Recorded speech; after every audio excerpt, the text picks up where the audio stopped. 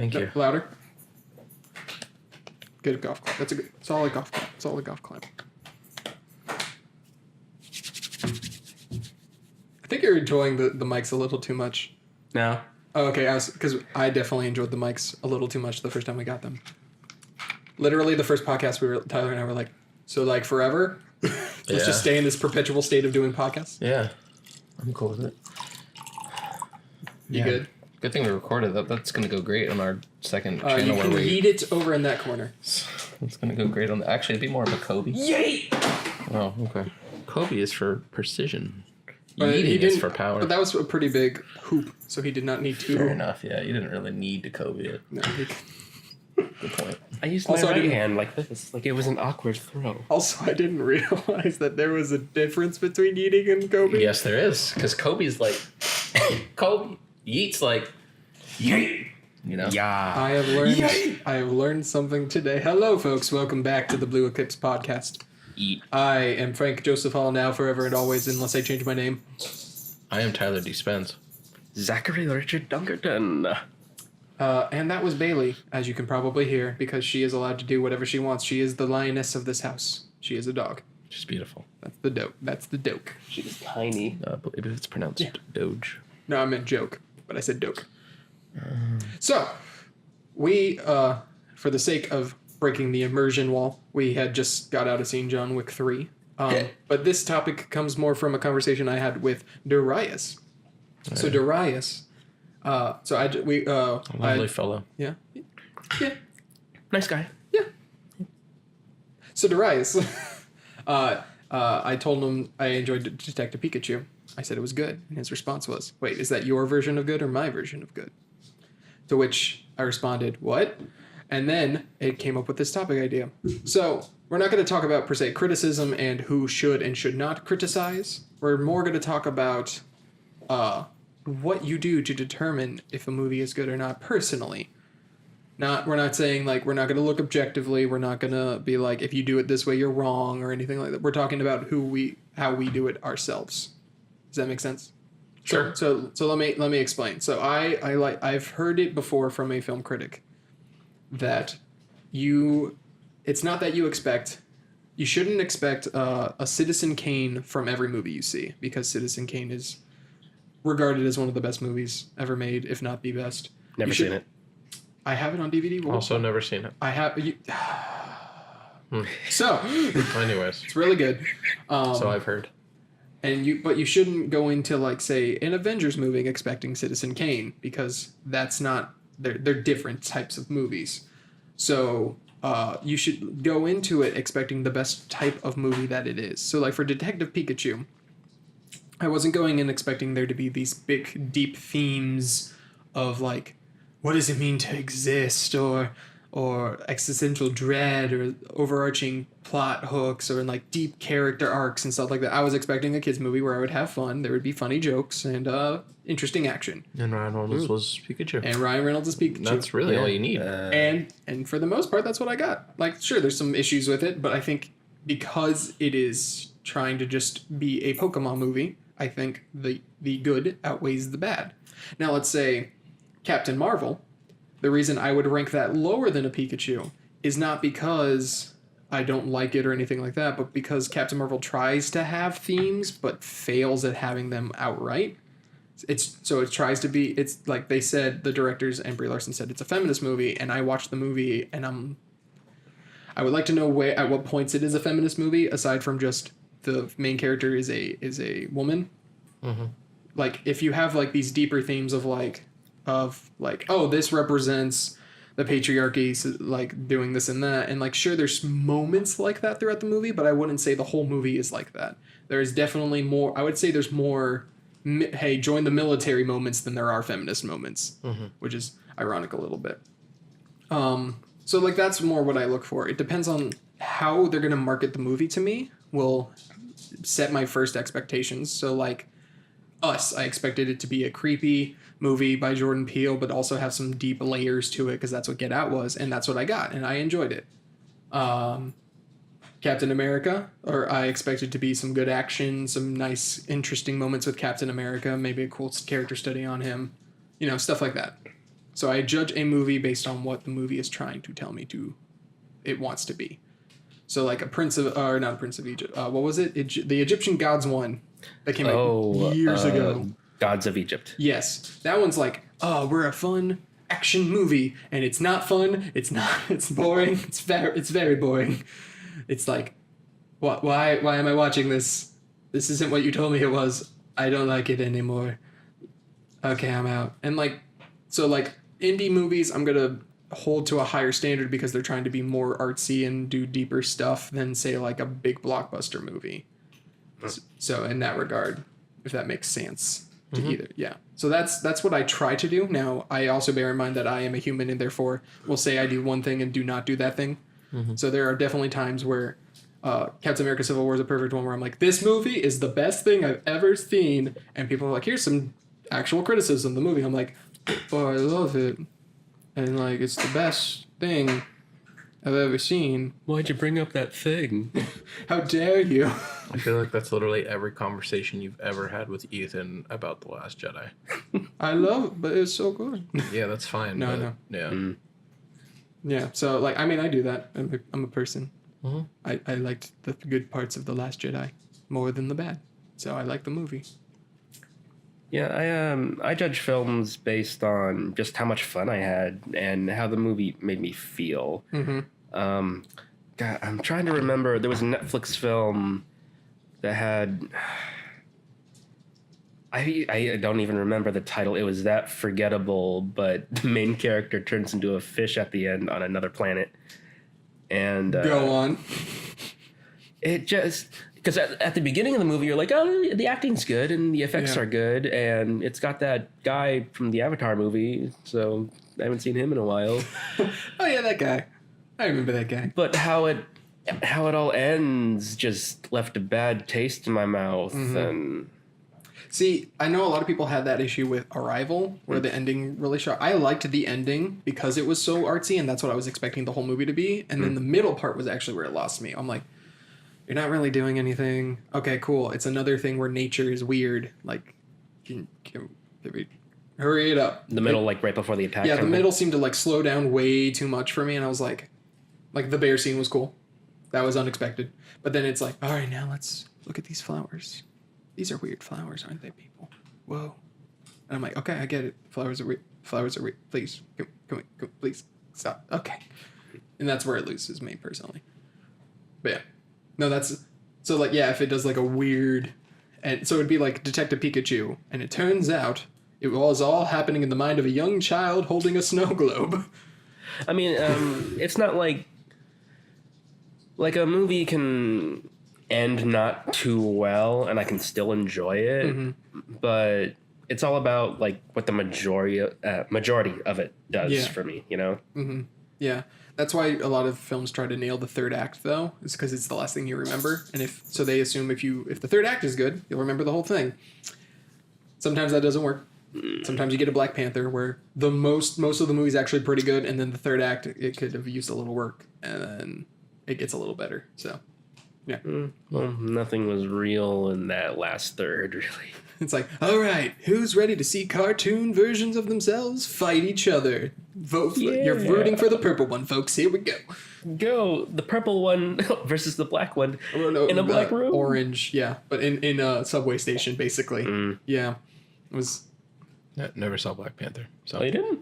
Nope. Tyler has not seen a lot of the more recent MCU movies. I haven't seen a lot of movies. It's true. So when I'm going to get to my version of good, I'm going to refer more to TV shows and video games than I am movies. That is fun. That works. So I guess we'll segue to that. Smooth. So for me, I think the thing is that when I go into a form of entertainment, whether it's something as simple as a YouTube video or it's something as complex as a game like The Witcher 3, obviously every human is going to have expectations of things. But for me, when I watch a movie or I play a game, I don't really focus nor care what exactly my expectations were for it. Like, for example, when I saw Endgame, sure, I had expectations going into the movie, and I had, like, a few, guesses as to what might happen and such and such. But as soon as the movie started, I forego all of that and I'm ready to just watch the film. It doesn't really matter to me what anyone outside of the film says or what anyone outside of a game says. What matters to me is when I start that game or that movie or that YouTube video, whatever it is, whatever impact it has on me and whatever enjoyment I get out of it. A really good example is that my sister goes to a college. It's like a theater college. She's like stage managing and things like that. And I went to go see one of the plays she stage managed. And it was a black box theater. So it was really small room. And the only props for the show were these 4 wooden crates that were painted black. And it was just 2 actors in an open room. And I had 0 expectations going into that play.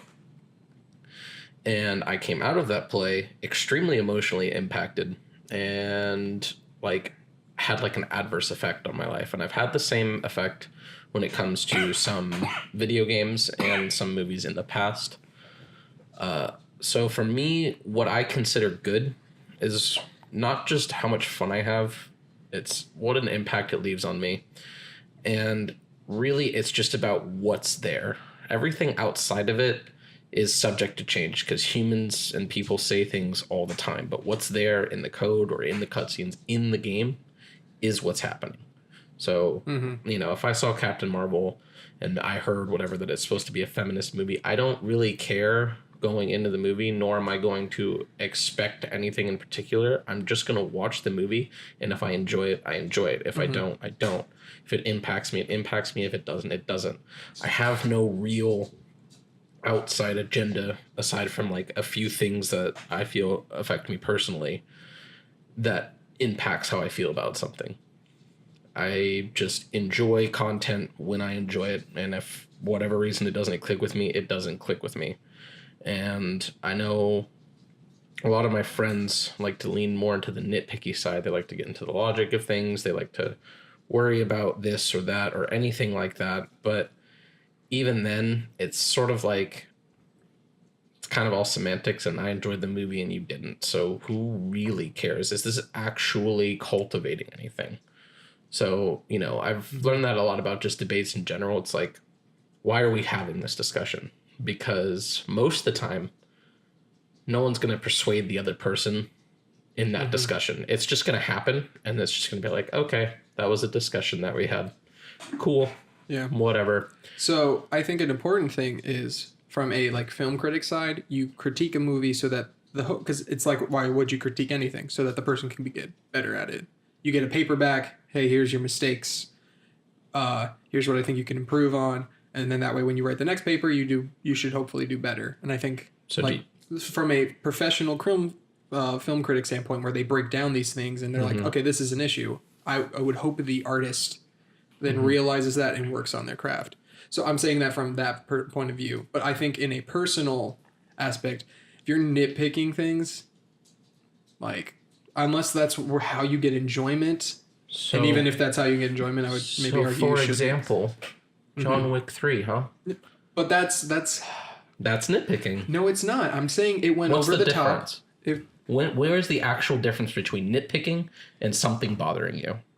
Personally, where is the actual difference between those two? Because did that happening take away enjoyment from the movie for you? it didn't take away enjoyment, I just think that going back to the argument of it's still realistic, that's not true. That's more what I was saying. I'm saying it's going in this direction. I don't feel like those parts actually disregarded the rest of the movie, though. I'm not saying it did either. I'm just saying as a series, it was going away from realism a little bit. And here is a example of them taking that leap. I wasn't saying that was bad or good. I was just saying we were this in the beginning, in the first movie, here's a realistic point of view. And now in this one, it's the same point of view, but it's twisted so that it's more over the top. So sort of just reporting on what you saw. Yeah, it's more, I was basically. just stating a thing. I wasn't stating whether it was good. I still enjoyed the movie. I still did. Whether or not I enjoyed it more than the others, that's up to my personal understanding. And that may have an effect on it, whether or not they're going over the top. And I expected there to be a more... Because unfortunately, when you go into a third movie of a trilogy, you have expectations based off of the first two. Well, yeah. So And I got exactly what I expected. yeah, so you did. I might have gotten a little bit different, but I still overall enjoyed it. I'm probably still gonna buy it on DVD. Yeah. Like I didn't hate it enough that I'm like, oh, I'm not buying that. Like I'm probably gonna buy it and watch it again. So speaking of the whole personal opinion, do you see yourself when you approach your enjoyment of movies as a film critic?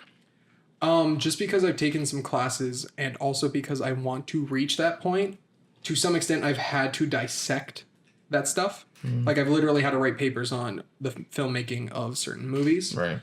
And from that point of view, I unfortunately can't unsee it sometimes. It's the when you know what goes on behind the curtain kind of a thing, you can't unsee it sometimes. So like Right. from a music point of view, you can just listen to music and understand it, but when you get into music, when you understand how it's made, how all that works, it both increases your love of it because you're like, oh, the complex stuff, you understand how complex it is and the practice and intent that had to go into that. But it also makes you understand that maybe stuff you might have liked a little bit in the past, you're like, oh, I understand now the flaws in that because I've learned the technical aspects. So I think that is a part of me just because I've taken classes and I want to do that. So I've learned about that stuff and it's unfortunately ingrained in my head. Like, oh, we're doing a crane shot right now. Oh, we're doing one take. That's pretty cool. Stuff like that, you know? So But I think if a movie can take me out of that zone, that's when I really enjoy it. So again, going back to Captain America Civil War, some want spoilers. It's been out for 3 years, 4 years, however long. The scene where Cap's about to strike Iron Man and it shows you a glimpse of his head, for that literal split second, I thought he was going to kill Tony. Even though logically, and if I was out of it, no, they wouldn't do that. But I was so ingrained in that moment that I was like, oh! And then that's when I'm like, oh, I actually like this movie because I wasn't thinking. You know what I'm saying? So I think that also plays an effect. If a movie can keep me invested enough to where I'm not thinking about it, that can make me love it too. So do you think you'll ever reach a point where you won't be able to do that anymore? I don't think so. I think there'll still always be movies that surprise me. do you like that you sort of like, you can't turn it off, the sort of not critic part, but like filmmaker part? Again, it goes back to the thing. It increases certain things. So like when you do a long shot where I'm like, how the heck did you do that long shot? There is no way you could have. Like Birdman is an interesting movie. I don't like it for the writing. It gets a little too preachy towards critics, ironically. But like from a filmmaking standpoint, the fact that they make it look like it's all one shot and then like you're like, well, wait, there's no way they did that all in one shot. Where did they hide the edits and this and that? Like that makes me like enjoy it a little bit more than if it was just like base value. You know what I'm saying? So it's, yes, there is the unfortunate part that, oh, here comes the padding. Oh, this scene is here. Now we're in the third act. That does unfortunately happen. And sometimes I'm not a fan of it when it does. Like even in Endgame, which I loved, I was like, oh, cool, this is cool. And there's the third act, folks. All right. The third act just happened. And that's just... I feel like even if you don't do any sort of study of film, you sort of subconsciously notice those moments because they happen in every movie. Yeah, it's simple story structure for films. It's the 3 acts. And like you can just understand enough like rising tension, this and that. Yeah.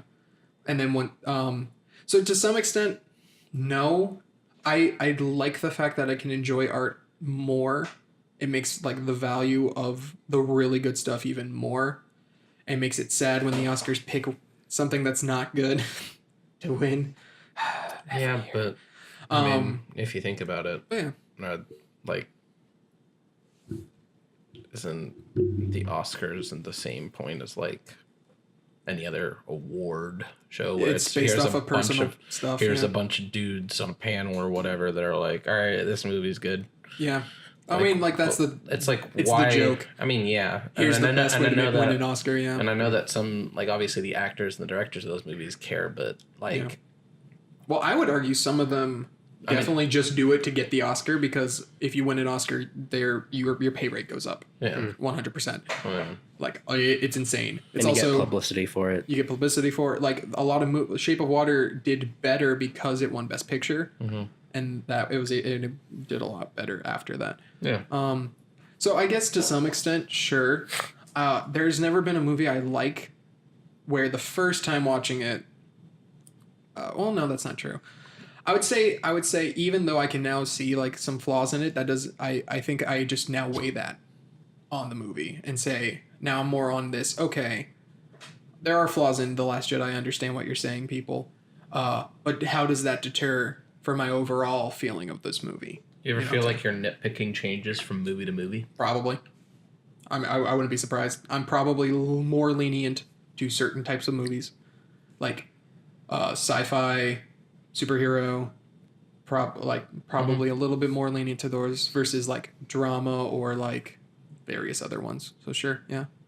And again, I think it goes to. I think you also have to understand what the point of the movie is. So like with John Wick, if I'm going in for the story, I'm going to be disappointed. Like, it's not a story movie per se. Like that shouldn't per se be the top thing on the list. It's an action film. Yeah, it's an action but movie. Even then, I still feel like at least with the third movie, The story should did a pretty good job. Yeah, but I'm saying I'm not expecting like, again, deep themes, character arcs, big reveals, Right. stuff like that. Yeah. I wasn't like, if that happens, like there is one moment that's shocking in the writing, sure. But also from a writing perspective, you're like, yeah, that happened. Okay. You know what I'm saying? I think so. Yeah. So without spoiling it, of course. Yeah. Yeah. So how does that affect? I mean, I know you kind of touched on it for a moment for both of you. Actually, how does it affect your enjoyment of music? Because I feel like music's a way different sort of form of entertainment compared to anything like a TV show or a video game. Mostly because music can be implemented into those things, but by itself examined, it's quite interesting. I've never been very critical about music. Never been interested in playing instruments or anything like that. But there's very clearly, I like this, but not that. So what do you like personally in terms of music taste? Like, what do you find yourself listening to? A lot of different things: rock, metal, orchestral, some pop. I like.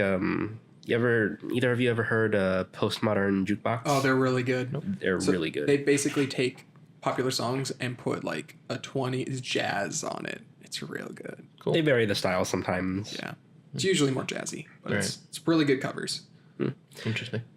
Yeah, but I never really go at music from a critical standpoint. You know what I mean? Like, I don't feel like I can judge it really, because if I don't like a song or even just like hate a song, there's someone out there who loves it. True. You know what I mean? It's probably true, yeah. I feel like it's less critiquable than films in a way. Maybe I'm wrong about this. I've definitely had moments, and I'm sure you probably have too, where I'm listening to something, and then like I actually start listening to it, and I'm like, yeah, that was good.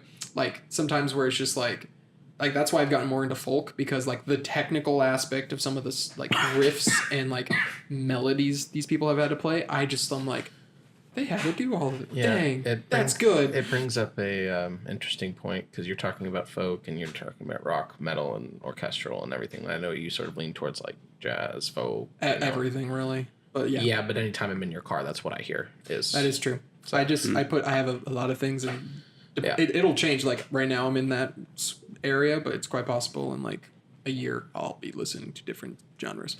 Yeah. So for me, my constant struggle. Constant. I hear it all the time. Is me convincing people that there is rap music for everybody, because And I would agree. I believe it.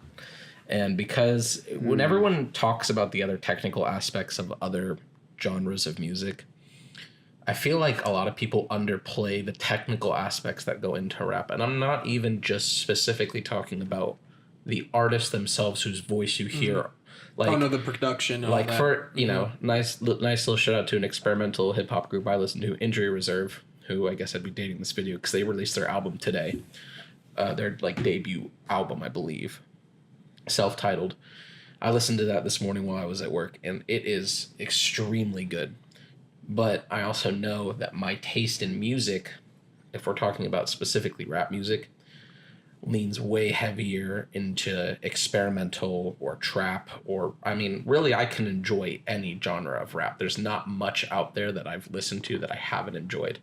And to be completely honest, out of the three people at this table, I think I listen to music the most because that's just what I do. It's like if I have the opportunity to have earbuds or headphones on or whatever, He's listening to it right now. He's not. If I didn't have to have these headphones on, but If I was having a conversation, I would definitely drown it out with music. 100%. But yeah, it's one of those things where it's like, all right, so when I listen to rap music or just any music that I'm approaching, like actually even recently I started listening to a little bit different stuff. A woman named Lizzo released an album recently that I thought was extremely good. It's very, it's got elements of hip hop on it, but it's also got great soul samples in it, and it's very much like more of a pop album. I think I've heard you've probably heard me play a song or two from it. But it's one of those things where I don't like. I've reached this point now with certain music where it's like I feel like people just focus on one thing in it, which with rap a lot of the times it's people focus on the lyrics. And or like how fast they might be rapping depending on the person. if you're a white person, you're like, oh man, Logic and Eminem are the greatest ever. Oh my god, they can triple it. They can do a triple it. So cool. even though it's just boring after a while, which I know is hard for some people to believe, but like when you listen to people do that enough, you're just like, oh, I've heard it before. Okay, and yeah, a lot of people like it's like. When I first started hearing the term mumble rap be thrown around, and don't get me wrong, I used to be what, the hip hop genre refers to as a backpacker. I used to be one of those people that was like, all right, if my rap music doesn't contain some lyrical, spiritual craziness, I'm not on board. So I used to just listen to like Kendrick, J. Cole, and like, some really obscure artists who, have released like jazz rap and things like that. They aren't broken down by the man. And then I started to look at the genre as a whole. And then unfortunately, or as I like to think fortunately, I learned how to have fun in my life. And I learned that not every piece of music that I listen to has to deliver on that. I think that is because I've had that phase too. I remember talking with Pedro about it. It's not a phase. No, I mean, like, so like there's a point where you start learning about the craft, and then you reach this point of like, I only want this type of thing, and that's what's good. Mm-hmm. And like you, I wouldn't say stop having fun, but you stop looking at it from that point of view of like things can just be fun. And then eventually you get over that yourself, and you're like, oh, okay, things can just be fun. Yeah. Like the Fast and the Furious movies, they're stupid. Okay, you know what?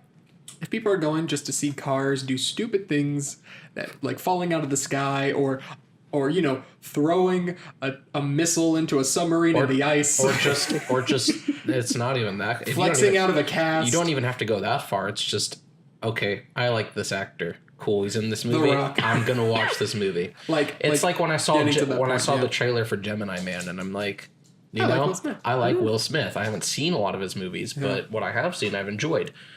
And I'm like, this looks like an interesting concept. So and even if I may not see it, even if I go into the movie and I'm like disappointed by the end of it, at least I'll still have got to see Will Smith act. And usually, most of the time, it's pretty good. So are you going to see Aladdin?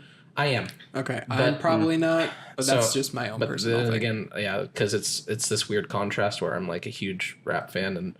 The lyrics of what I listen to. He's gonna do a really cheesy '90s rap. No. No. What I'm saying is I'm a huge rap fan and I'm into all this stuff that's very explicit and everything. But at the same time, I'm like, can't wait to renew my Disney pass. Big Willie style. Yeah, I'm not gonna see that. I'm gonna see Aladdin. I want to see Aladdin because even if it's the corporate Disney shoveling the same movie into my mouth in real, not animated, I'm still interested in how they're gonna do it.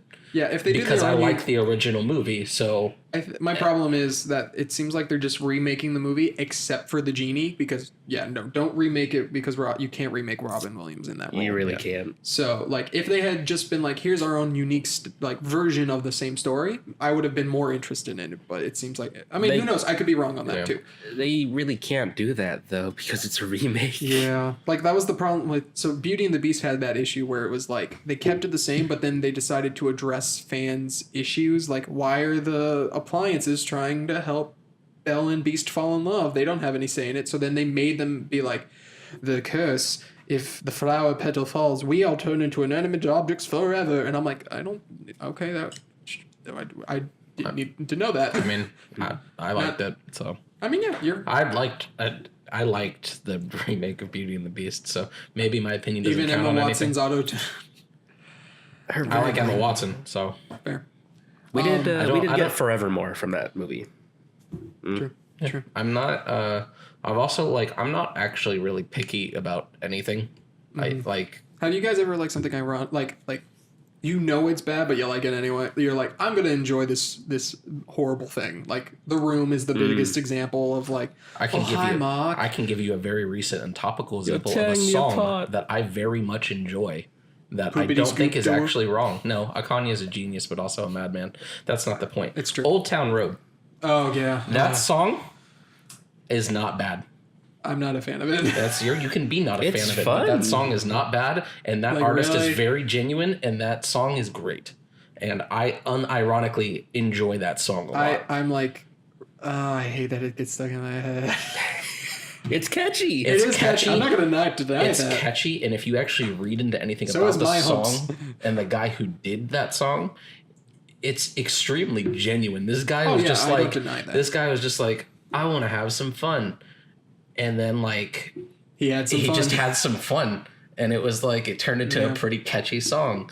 I feel like that's the way with the Russo brothers and their Marvel movies, where it's like, we're just having fun, so let's have the airport fight scene. I'm like, I'm down for this. Yeah. I this is stupid. Let's go. It's Giant just like, Man. and it's like anytime I'm That's trying to pretty like good. show people artists or anything like that, and it's like sometimes I have to like defend certain points because it's like I show some. The guilty pleasure. Yeah, but like I don't really believe in guilty pleasures. I just like things that I like, and that's fine. Like Oh, I no, said, I definitely I'm a huge fan regret of. things I like for sure. That's fine, but weak. No. Why regret liking things? Why Like, regret getting enjoyment out of I something? would say my closest thing to the not guilty pleasure, like what you're describing, is the Fast and the Furious movies, where I'm like, they're purposely being stupidly over the top, so I'm along for this ride. Yeah. Let's see The Rock throw a torpedo at a submarine. Sure. Does he not? actually do that? In the 8th one, yeah. Yes. There's On, 8. Yes. Oh, and then we got Sean Hobbs coming out this summer. Yes, we Yeah, I've do. seen the trailer for that. Yeah. It looks so stupid. I'm gonna love It's it. gonna be great. Yeah. It's so stupid. Yeah. Like, oh, it's gonna be. Yeah. It is what it is. Yeah. Yeah. But yeah. So that was our take. Feel free to leave your take, but do not criticize. Like yeah. No, I mean, you please. can have conversation, but like, Please feel free to criticize us and anyone else's opinions because you Make know, troll accounts. if it's somewhat constructive, That gets on that's to better. Twitter. But we can't all make constructive criticism. Sometimes we just like to criticize. and sometimes you're wrong. And anyway, That's like your opinion, man. well, Sometimes no, he is- sometimes we are all wrong. But Yes. anyways, leave your opinions down below in the comment section And subscribe And also while hit you're the like button Please and subscribe and Send hit the your little hate mail bell. to the comment section. Yeah. Send it to Zachary Richard Dunkerton. I'm not gonna give over your middle name. Sorry. What a legend. Truly. If Evan drops his middle name, you know that it's all over. What's his all middle over. name? I don't know, but we'll find We're out. gonna find out. Oh, man. Yeah. All right. Well, thank you guys for joining us. I've been Frank Joseph Hall, and I will continue to be Frank Joseph Hall. I will be Tyler Spence and probably continue to be Tyler Spence. I am Zachary Richard Dunkerton. And thank you. Well, now we have things to do, like sleep.